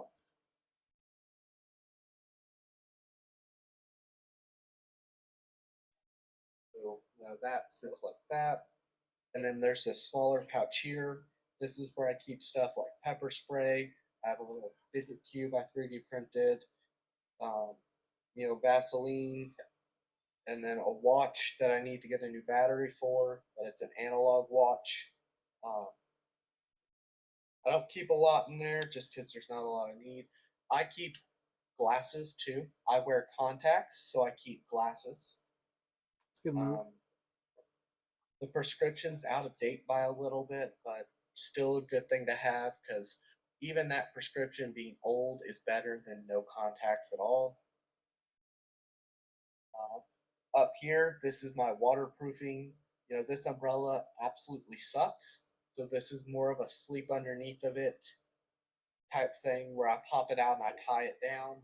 It's not really good to use while you're walking. It'll fold over in a heartbeat, but I keep it in there so if I need some sort of waterproof material, right there. A hatchet. Um, That's handy. I need one of those. yeah, this is again, it's a Gerber hatchet. I've had this for years. I love it. And then in this part is where I keep the life straw and another. This is a very uncomprehensive first aid kit. We're talking band-aids, some antibiotic cream. Nothing for an emergency scenario, but more for an oops, I got a boo boo. Um, and I keep this stuff outside in this. This pouch doesn't have any zippers because this is stuff that if I lose it or it gets wet, it's not a big deal. Um, but that's there.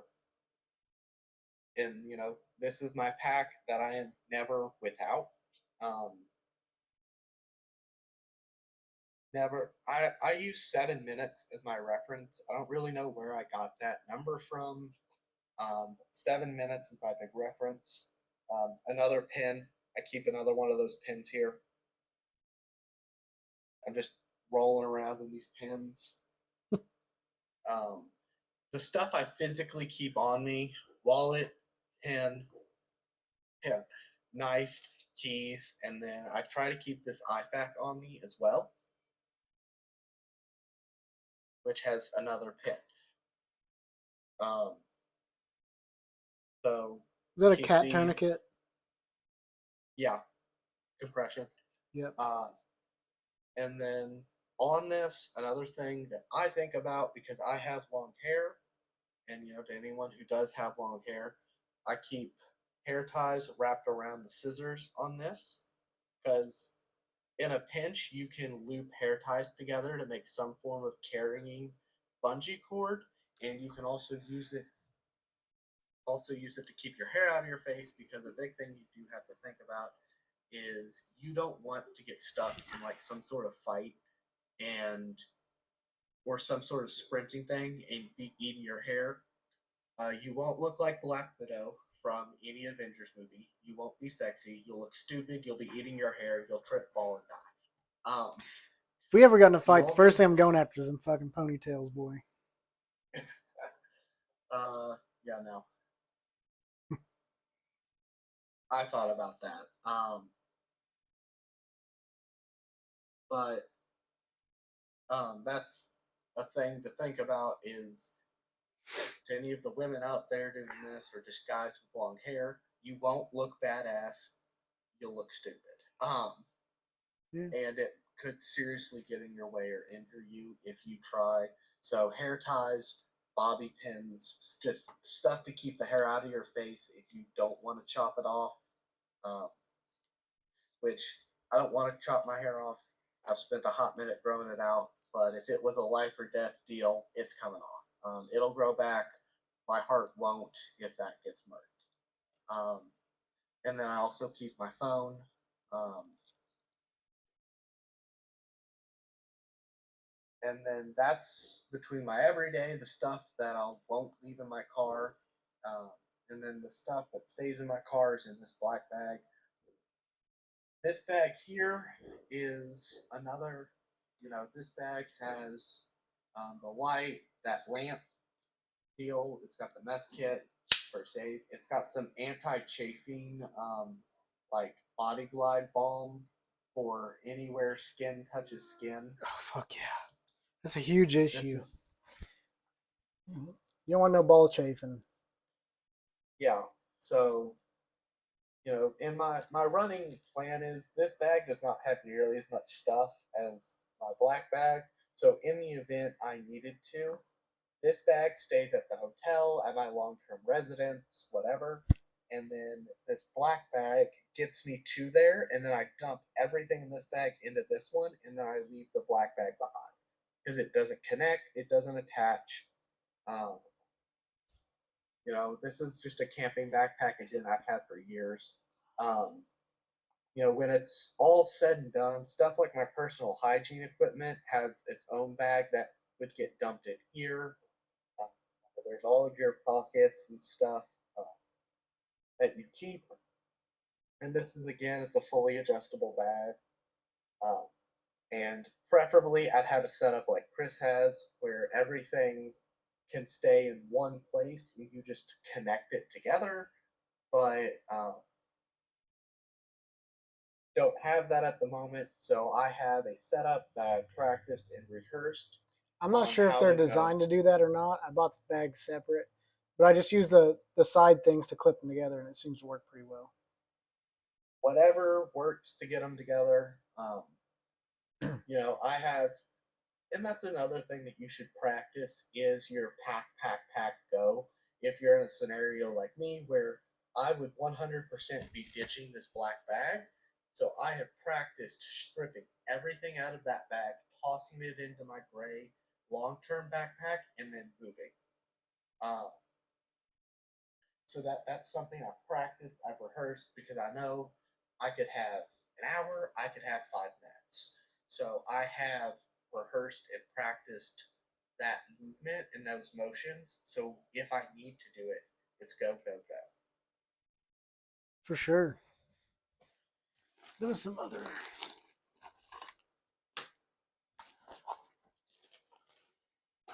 I wanted to see batteries. Keep spare batteries. This is for my pistol. That's for my IR light for my night vision. And I keep some.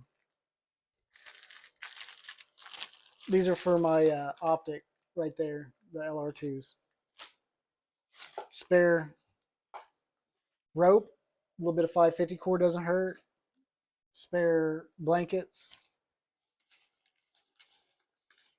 I'll return in just a second. And keep a couple Zippos, stuff like that on you.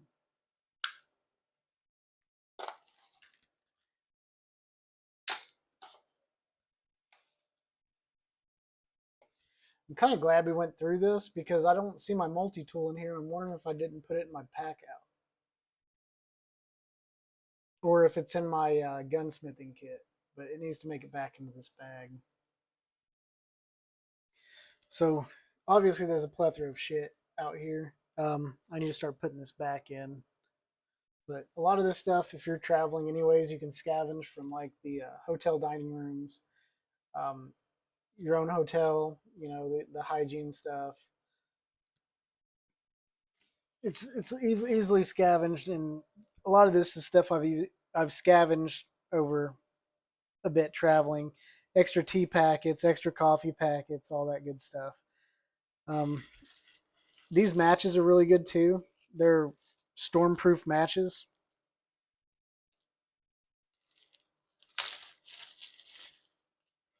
And they're wax coated, so And they come with these little strikers.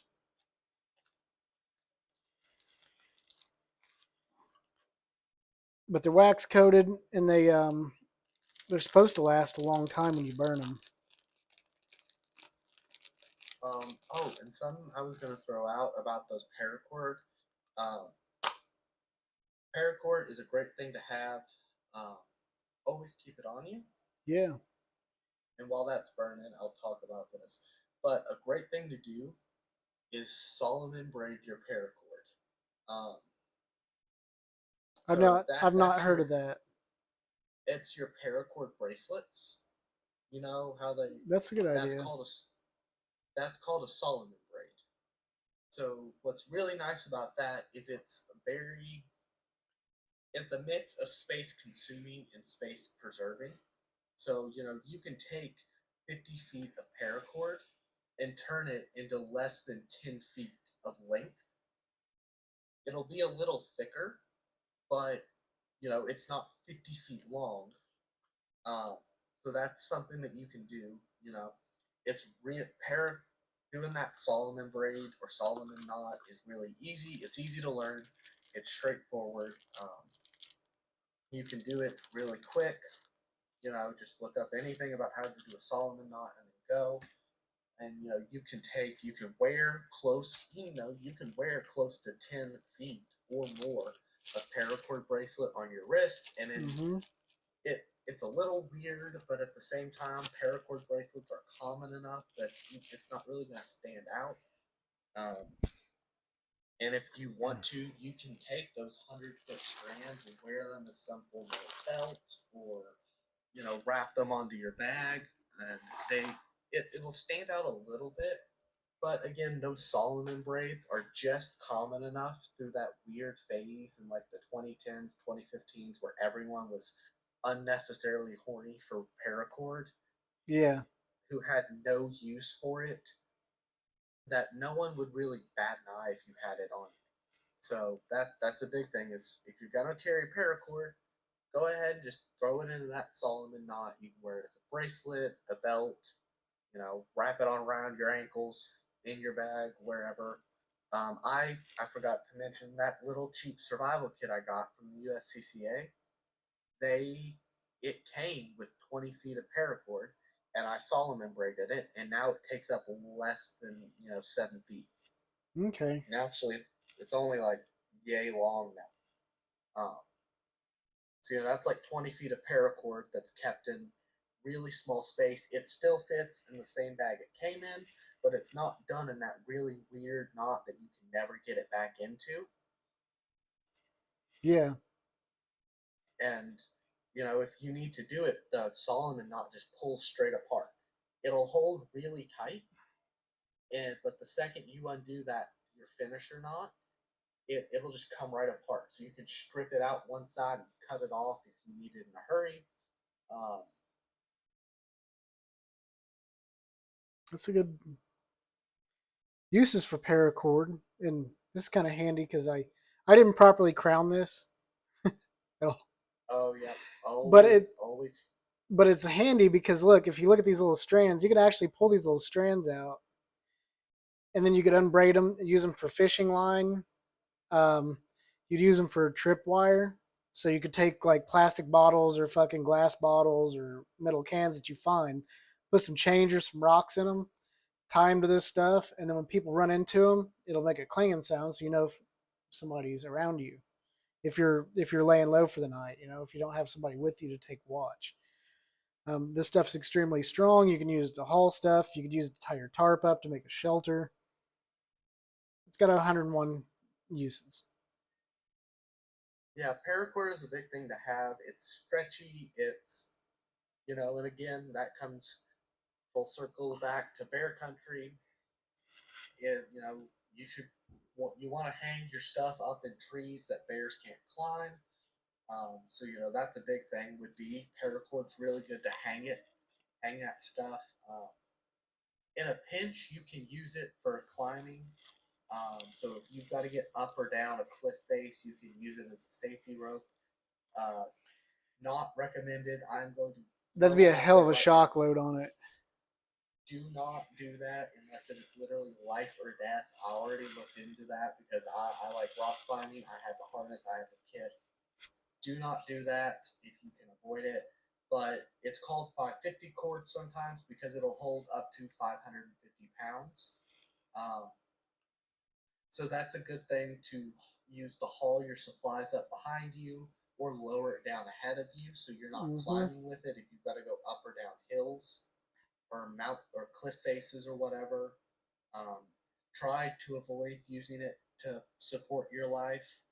Um, it will not do it if you actively fall, because that gets into the math of an object falling gains force or weight exponentially. Uh, so, if you weigh 100 pounds, after 3 seconds of falling, you effectively weigh 700 pounds to whatever stops you. So if you fall for 3 seconds, congratulations, your paracord will no longer save you. And I know about 6 people off the top of my head who weigh 100 pounds or less. Um, and all of them are small children. So. Quit a match. Yeah, exactly. So the average person, if and fall arresters, your fall harnesses are rated for 5,000 pounds because the average person, if you fall 6 feet, you generate 5,000 foot-pounds of kinetic energy. That's why. So that's one of those things where paracord is not. It's really useful for a lot of stuff, and if you absolutely have no other choice but to use it to get up or down surfaces, it should hold you, but it should be avoided at all costs. I can't stress that enough. We are not professionals. We are just offering advice. Do your own research. Don't be a dumbass. We are not at fault if you do something stupid. Yeah, disclaimers. Yeah, if you decide to become natural selection's greatest example, that is not our fault. We are warning you right now. Natural selection will fuck you up 6 ways from Sunday. You will have that. Curry ramen. Yeah. Yeah, ramen noodles. Freaking. Yeah. So depending on what you're doing, you might work 60 miles away. You might work 600 miles away, like I typically do, and pack accordingly. Got a day pack for short trips. Got a main pack for long trips. Carry both, no matter what. But still, you can get away with fitting all your gear in this little day pack if you're close enough to the house. To be honest. Yeah, because that's one thing that I do. This black bag, it goes with me anytime I leave the house. But if I'm only going somewhere for one night, this giant gray bag doesn't really come with me because I'm only going to be gone overnight, so it stays there. So, because any trip I can make for one night, I'm not going to need to pack that whole thing. Somebody commented, Goldie Tude commented, said, "Why do you day play video?" What does that mean? DEY? Play video? DIY? DEY. I'm not sure what that means. I'm not sure what that means. I don't see that comment, so. It's on TikTok. Oh. Hi, Matt. How's it going? Hello, hello. So, yeah. If anybody's got any questions, ask them, and we will answer them to the best of our knowledge as well. Yeah, if you're still here, reiterate your question because we'd want to answer them, but we don't know what that means. Why do day play video? Why do DEY play video? Why do you DEY play video? I don't know. Anyways, I think that about wraps it up. I'm not sure what that dude was talking about. That the most Google gives me is that it is a Turkish honorific title for someone of an uncle, literally meaning uncle.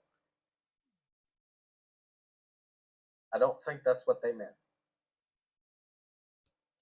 Beats me. Anyways, I think we need to wrap this up and go to bed. And I got some food to eat, some beer to drink, and I'm sure you do too. Just some pizza. Yeah. Not 21.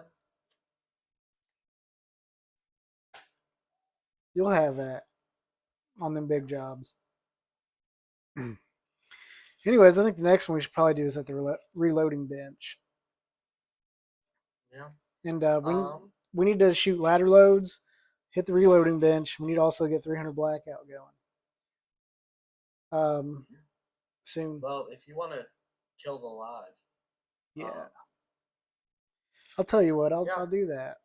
How about that? Yeah, so just, to end it off, we'll have Discord and all that jazz linked when this becomes an actual video. You can check out all that stuff. We'd love to talk to y'all. Chris is the host, but I'm pretty active in the Discord page, the Discord server that we use. He's a good co-host. He's a co-host. We co-host each other, I guess. I mean, you're the host. I'm a co-host, but tomato. I don't know. You're just as much a part of it as I am. You know more about the technology than I do. I'm a little slow on the Discord and shit.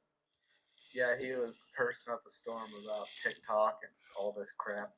Yeah, I'm trying to get OBS Studio to work with it. We'll see how that works. That'll be a problem for tomorrow, I think.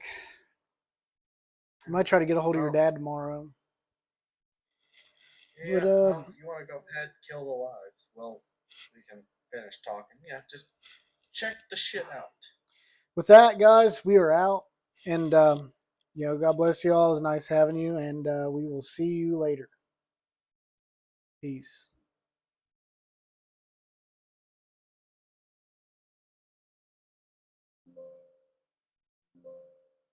End. I don't know if that was very successful or not, to be honest.